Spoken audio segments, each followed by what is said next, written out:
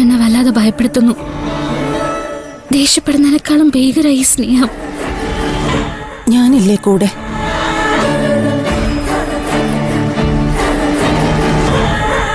മോള് പേടിക്കാതെ. എല്ലാത്തിനും ദൈവം എന്തെങ്കിലും ഒരു വഴി കാണിച്ചു തരും.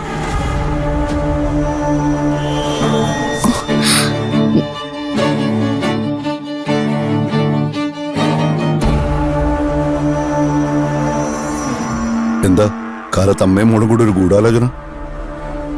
എന്നെ കൊല്ലാനോ മറ്റോ ആണോ? ചായ കുടിക്ക്.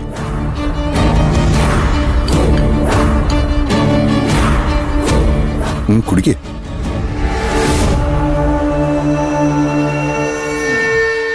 അല്ല, കാലത്ത് ബ്രേക്ക്ഫാസ്റ്റ് എന്താ നിങ്ങൾക്ക് വേണ്ടേ? മാവ് ഞാൻ വാങ്ങിക്കൊണ്ടുവരാം. ദോശ വേണോ അതോ ഇഡ്ഡലി വേണോ? അല്ലെങ്കിൽ വേണ്ട, നമുക്ക് റവ ആക്കാം. ഉപ്പും വായിക്കളയാം.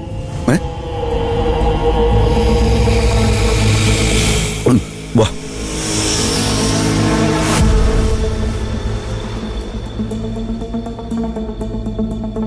ഈ ഉപ്മാവ് എന്ന് പറയുന്നത് എൻ്റെ ഒരു നൊസ്റ്റാൾജിയ കേട്ടോ. പണ്ട് സ്കൂളിൽ പഠിക്കുമ്പോൾ ഇത് കഴിക്കാൻ ഒരുപാട് കൊതിച്ചിട്ടുണ്ട്. വീട്ടിൽ നിന്ന് തന്ന ഇവിടുന്ന് ഉച്ചയൂണും വല്ല പിള്ളേർക്കും കൊടുത്തിട്ട് അവരുടെ ഉപ്പുമാവ് ഞാൻ ആർത്തിയോടെ കൈയിട്ട് വാരി തിന്നും. അതൊക്കെ ഒരു കാലം.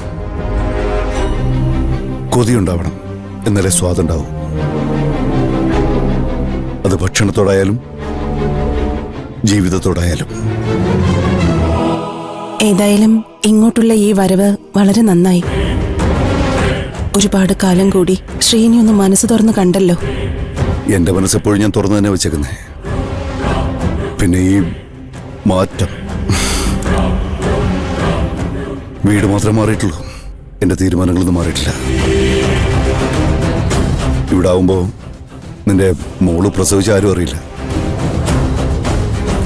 അതൊന്ന് പുറത്തു വന്നിട്ട് വേണം എനിക്കതിന്റെ മുഖം ഒന്ന് കാണാൻ. എന്നിട്ട് വേണം എനിക്കതിനെ കൊല്ലാൻ. പിന്നെ നമ്മുടെ മകൾ ജീവനോടെ ഉണ്ടാകുമെന്ന് നിങ്ങൾക്ക് തോന്നുന്നുണ്ടോ?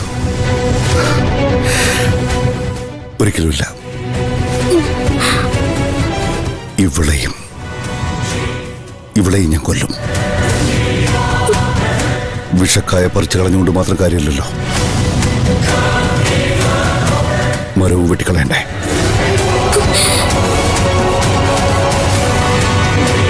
ഞാൻ സാധനങ്ങൾ വാങ്ങാൻ പുറത്തേക്ക് പോവാ.